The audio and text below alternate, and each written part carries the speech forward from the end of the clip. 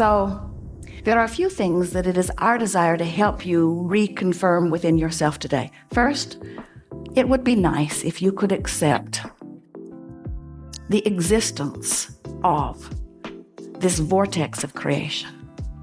And it would be even nicer if you could see it as we see it, as your present tense of creation. So that when your friend says to you, I don't see any improvement in your life, you can stand firmly inside your vortex of creation and say, that's because it's not visible to those who are outside the vortex. And they will say, have you seen a doctor lately? And you will say there are no doctors in the vortex of creation.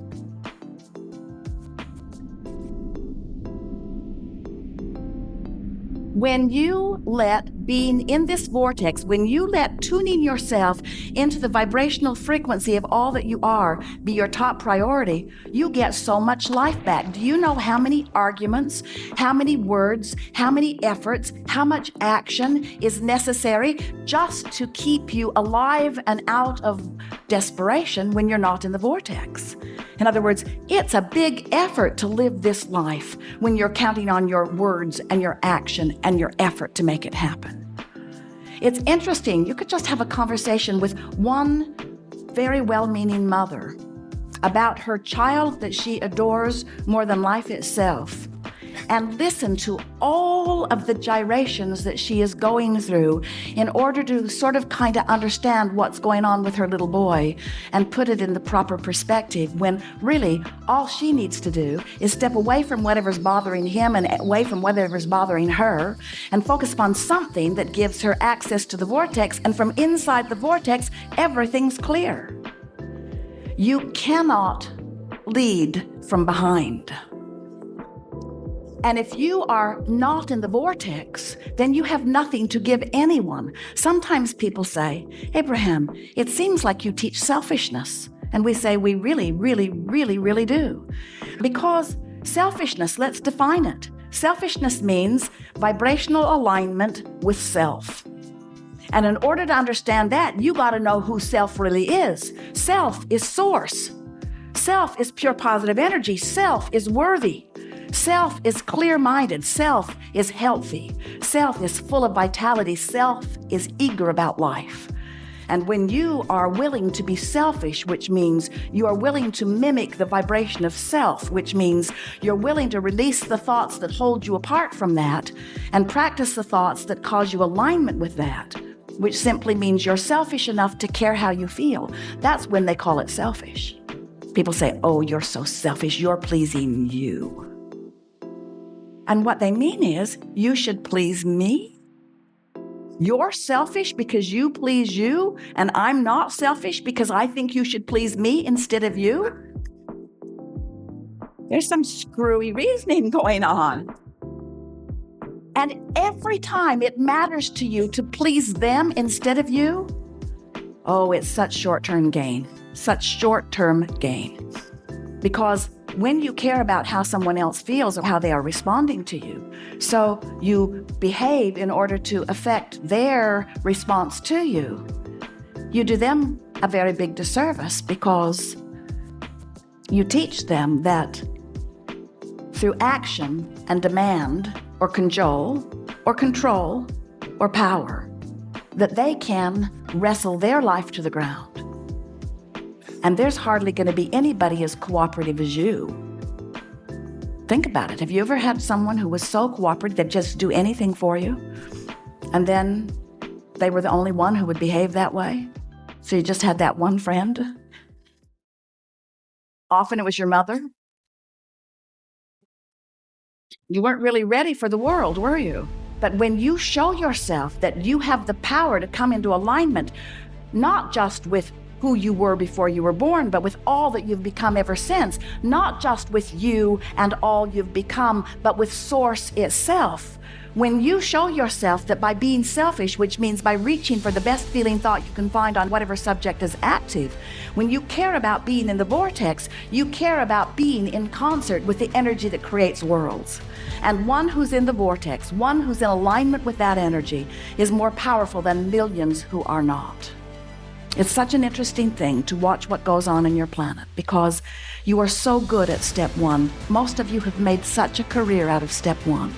You sift through the data and you know what you don't want, and you know what you do want, and you know what you don't want, and you know what you do want, and you know what you don't want, and you know what you do want, and you know what you don't want, and you know what you do want, and you know what you don't want, and you know what you do want. And Source is over here, knowing what you want, being what you want, sending out a signal of what you want. Law of Attraction's over here, gathering what you want, gathering what you want, gathering what you want, gathering what you want. You're over here.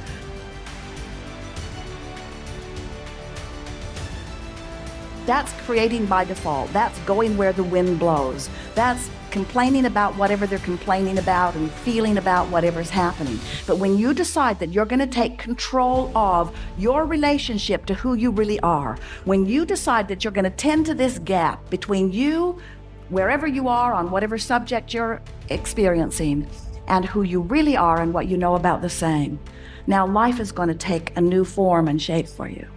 You're going to feel exhilarated. You're going to feel satisfaction. Those who are watching you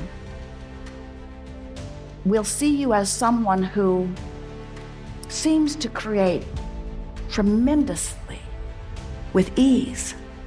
Those who are watching you, especially those who don't really understand the power of this vortex and the power of your deliberate alignment with it, they'll call you lucky.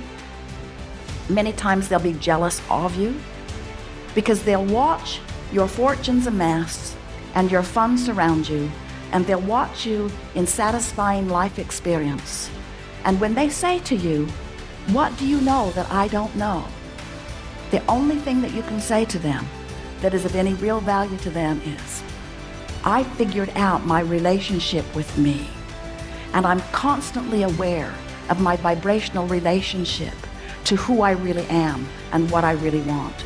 And I guide every thought I can to mesh with the wholeness that I am."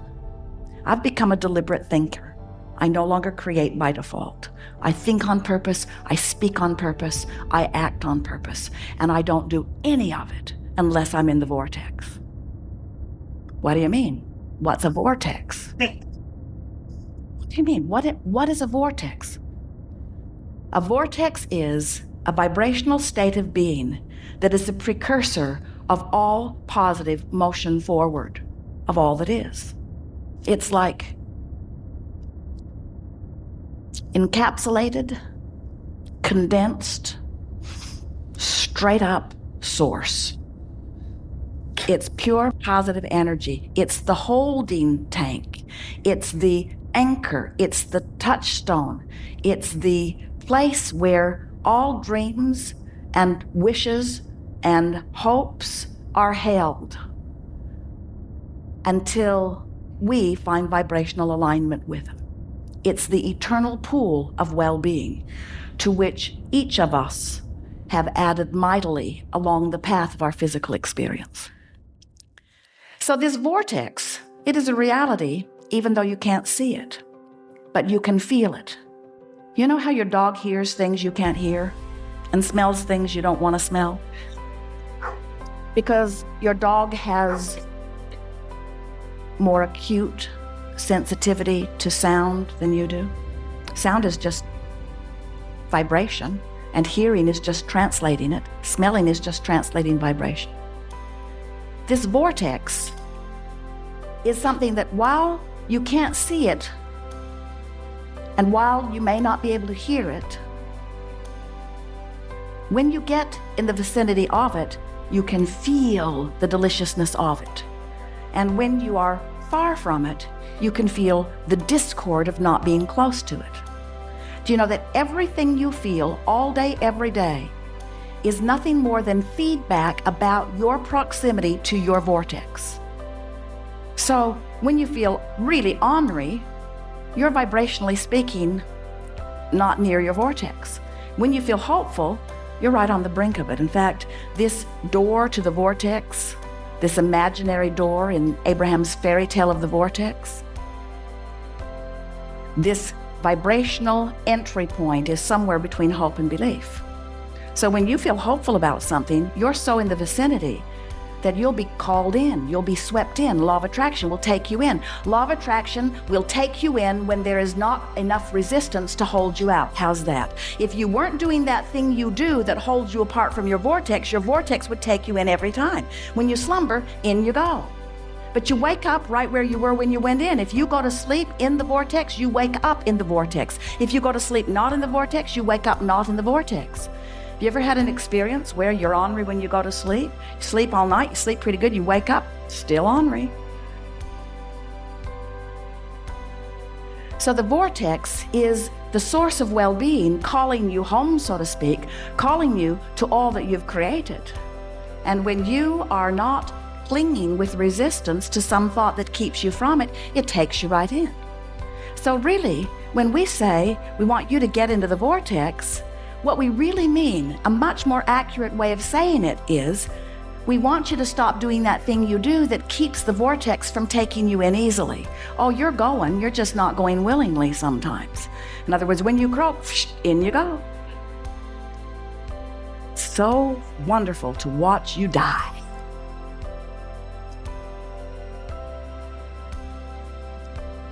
Moving immediately into all that you have become, all that you've asked for. But we don't think you should have to croak in order to be in the vortex. We don't think you should have to croak in order to be what life has caused you to be. So, as we're moving forward today, we're eager to talk with you about whatever it is you want to talk about. It is our desire to help you to find a vibrational stance, which means a mental approach, which means an attitude about whatever it is that you've got going on. We want to help you soften your resistance, because when you soften resistance, the vortex takes you in. And that really is where you belong. You belong inside that vortex where rendezvous with exhilarating things can happen all day, every day. Do you know that if this time-space reality has the wherewithal to stimulate a desire, so that the desire is in present tense already gathered in this vortex of creation, that this time-space reality has the wherewithal to give it to you now. And the only reason there is a gap between you putting it in the vortex and it showing up where you and others can see it and smell it and hear it and taste it and touch it is because you've got more resistance about the subject going on than you do belief or expectation about the subject. That's all. You just got to move yourself into more expectation.